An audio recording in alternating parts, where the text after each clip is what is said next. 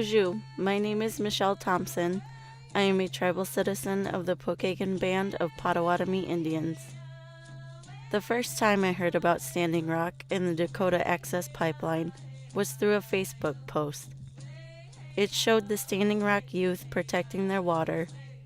Over the following months, I kept myself updated by reading posts and watching lots of videos. I also talked with elders who traveled to Standing Rock. Their stories inspired me to go, but I didn't have the money nor did I want to go alone. Then one day, an opportunity arose. I received an email from the government manager that said the Pokagon Band was asking for volunteers to go to Standing Rock to deliver donations. I immediately wrote a letter and was happy when I was selected. I wanted to go to represent my family. I wanted to take a stand for my nieces and nephews. I wanted to be their voice to help protect our water. To be honest, at first, I felt scared. I didn't want to die in the freezing temperatures. I didn't want to go to the front line and possibly end up in jail. I knew it was going to be a journey that would test me physically, mentally, and emotionally. On the day we arrived, all the fear suddenly left me. When I saw hundreds of teepees, tents, and flags from all the indigenous nations across our country, I was excited to see thousands of people camping along the Cannonball River. If they could survive, so could I. From the moment we arrived to the moment we left, I felt safe and welcomed at the camp. No matter where we came from or who we were truly unified, and we treated each other with kindness and respect. Every morning at the camp, there was a sunrise ceremony and a water walk. One morning, I participated. I recognized one of the water songs. I was carrying tobacco in my hand for my prayer. I remember how cold my hands were because I wasn't wearing any gloves.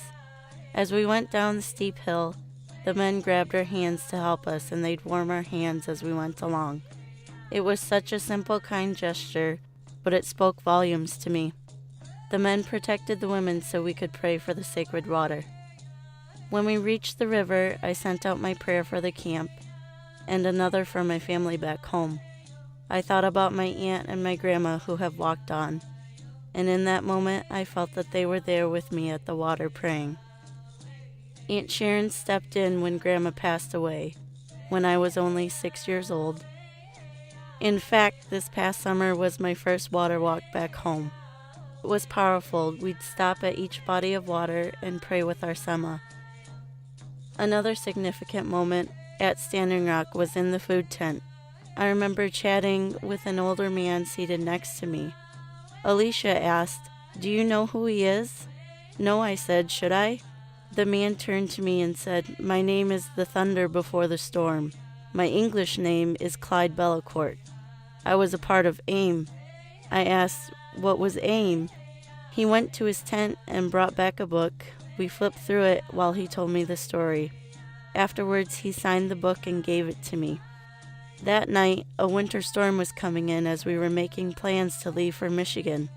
We got home 2 days later at 4 a.m. My sister was waiting up for me. There were too many stories to share with everyone, so I suggested we plan a homecoming party the next day. That's when I showed my dad the book, and he told me, "Miigwech, I am really proud of you for going out there." My mom gave me a big hug and told me, "You're my hero." I made my family proud. But being back home feels a little different. I feel as though a piece of my heart is still out at the camp. And when I see updates on social media, I feel a pang in my chest and tears fill my eyes because I know the fight is not over.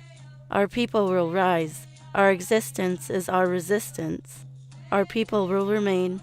Our existence is our resistance. I am strong and ready to stand again for my family, band, and my nation.